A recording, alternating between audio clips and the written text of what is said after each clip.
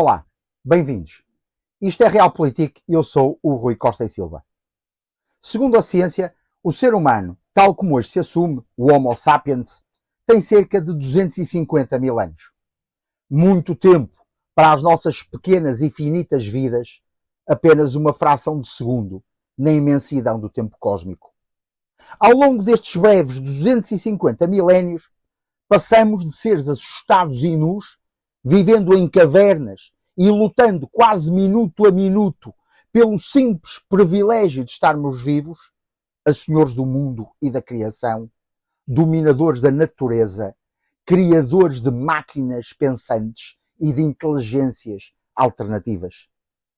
Mas, curiosamente, há algumas poucas constantes que se mantêm. Desde esse momento criador do ser humano, algures no grande Vale do Rift, no Quênia, até às mais evoluídas metrópoles dos nossos dias. Uma dessas constantes é a necessidade permanente de messias, isto é, de salvadores, que com capacidades sobre-humanas nos salvam a todos dos malefícios da criação e da existência terrena. E esses messias já foram divinizados, depois passaram a ser sociabilizados e, mais recentemente, digitalizados. Em tempos mais antigos, ainda com algumas remanescências atuais, os messias eram um fenómeno religioso intimamente ligado a uma determinada ética e filosofia de vida, a uma moral, a uma egese, e quase sempre ou eram deuses ou tinham relações privilegiadas com o divino. É o caso de David, de Jesus de Nazaré, Maomé, Buda, Isaías, Confúcio, Lao Tse. E especialmente devido aos três monoteísmos, em especial ao cristianismo e ao islamismo, pois o judaísmo, embora seja religião messiânica, assume que o seu Messias ainda está para vir, esta visão do messianismo perdurou mais de 2000 anos, tornando-se uma força civilizadora, formando as éticas das sociedades contemporâneas e ainda hoje persiste na vivência religiosa de milhares de milhões de indivíduos espalhados pelo globo. Mas os desenvolvimentos científicos do século XX, o surgimento das democracias plurais, a melhoria das condições de vida de muita da população e um certo positivismo nas mentalidades muito provocado pela massificação da educação e do acesso ao conhecimento, assim como a separação dos Estados das profissões religiosas, veio esvaziar um pouco a visão salvífica dos messias religiosos e dar-lhes ou outra dimensão, ou então relegá-los para um plano acessório na vida dos indivíduos. Pois, embora as religiões instituídas e institucionalizadas não queiram assumir, o número de quem se afirma de uma religião e de quem de facto a pratica e participa efetivamente nessa religião é muito diferente. E o número daqueles que praticam os ritos dessas religiões, como as iniciações, por exemplo, o batizado ou casamentos e funerais, o fazem mais por razões culturais e sociais do que por razões religiosas. Como afirmava um mestre meu, padre jesuíta, se as pessoas fossem verdadeiramente crentes, não haveria lágrimas nos funerais. Mas o fim do messianismo religioso fez com que crescesse o messianismo social, isto é, deixava de ser o indivíduo que era Deus ou tinha contacto com o indivíduo, mas um indivíduo que se destacava, que tinha capacidades extraordinárias de liderança, de impor a ordem e a segurança e conduzir todos os outros a uma vida de felicidade, a uma terra prometida, a um maravilhoso mundo novo. Sempre existiram esses heróis, desde Leónidas a Júlio César, de Carlos V ao rei Dom João II e Dom Sebastião, de Hitler a Lenin, de Mao Tse-tung a Mandela ou Gandhi, de Churchill à Rainha Isabel II. Sempre tivemos os nossos líderes pessoas capazes de inflamar multidões, de liderar nações, de conduzir povos, umas vezes para o melhor, outras nem por isso. Eram os nossos heróis, mas não os nossos messias.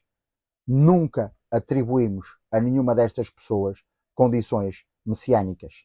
Agora sim, personalidades são idolatradas, quase divinizadas. O seu estilo de vida é copiado, as suas opiniões assumidas como leis, quase dogmas, e através das redes sociais e dos mídia atingem uma aura quase divina. E não me refiro a políticos, que quase não os há nesse contexto, mas a simples artistas, desportistas, ou simplesmente coisa nenhuma, que se dominam como influencers, que não sendo nem ciência nada, são para muitos tudo. Mas ainda há outro messianismo, o tecnológico. A crença que a tecnologia chegará a um ponto que tudo tornará possível, tudo dominará, tudo resolverá, ao ponto de alguns até vaticinarem que a criação ultrapassará o seu criador e seremos todos dominados pelos dispositivos por nós inventados. Estamos no presente a assistir ao aumento exponencial de um desses messianismos com o tema da inteligência artificial generativa, tema exposto, debatido e rebatido em todos os lugares, seminários, ovalários, simpósios e congressos que anunciam que quase em todas as áreas da nossa vida a inteligência artificial dominará e revolucionará o mundo, tal como entendemos. Aconteceu o mesmo com o aparecimento do computador, da internet, dos telemóveis, depois com smartphones. Ainda há 2 anos andávamos a messianizar as telecomunicações 5G, agora é a inteligência artificial e depois desta virá outra e outra. Mas porquê? Sejam religiosos, políticos, culturais ou tecnológicos, o ser humano tem de ter sempre os seus messias. A resposta é simples. Por medo e por culpa. Medo de decidir, medo de errar, medo de falhar, medo de que isto se resuma somente a isto mesmo. Medo do sofrimento, medo da pobreza, medo da morte. Temos uma imensa dificuldade em assumir e entender que este mundo não é um lugar simpático nem um lugar pacífico. Não queremos acreditar que a crueldade faz parte da vida, que o mais forte vence e o mais fraco perde, que a justiça é de quem tem o poder e que esta vida, obviamente, é tudo o que temos, que sofrer é inevitável, a morte é certa e o estado de felicidade uma plena utopia. Por isso, por termos todas estas inevitabilidades, criamos sempre fantasias que nos libertem destas realidades que não gostamos. Reparem que todos os messias impõem a justiça e levam os pobres e desfavorecidos ao poder, combatem os poderosos e o status quo, garantem o bem-estar, os tais paraísos escritos por tantos, de tantas maneiras e estilos, a felicidade, o conforto e, em muitos casos, a imortalidade ou a vida eterna noutro mundo ou noutra dimensão. Pela religião, a morte é só uma transição. Pelos ídolos, a morte é só um estado que se nos subtrai pela memória eterna dos nossos semelhantes. Elvis está vivo. Pela tecnologia, a morte é algo que mais tarde ou mais cedo será abolida. Há milhares de pessoas, por exemplo, que pagaram milhões de dólares para serem criogenadas. Tanta é certeza que esse dia chegará em breve. Os messias são as respostas aos nossos medos, mas também à nossa culpa. Culpa de sermos falíveis, de errarmos, de fazermos coisas que não se enquadram na ética comum, de sermos fracos, de não sermos fundamentalmente aquilo que pensamos de nós próprios. Por isso, Arthur Schopenhauer, um dos meus filósofos favoritos, afirmava que, em geral, chamamos de destino às asneiras que cometemos. Custa-nos imenso assumir, em especial perante nós mesmos, os nossos defeitos, os nossos erros, as nossas limitações, os nossos sofrimentos. Por isso precisamos sempre de alguém a quem culpar quando essas coisas acontecem.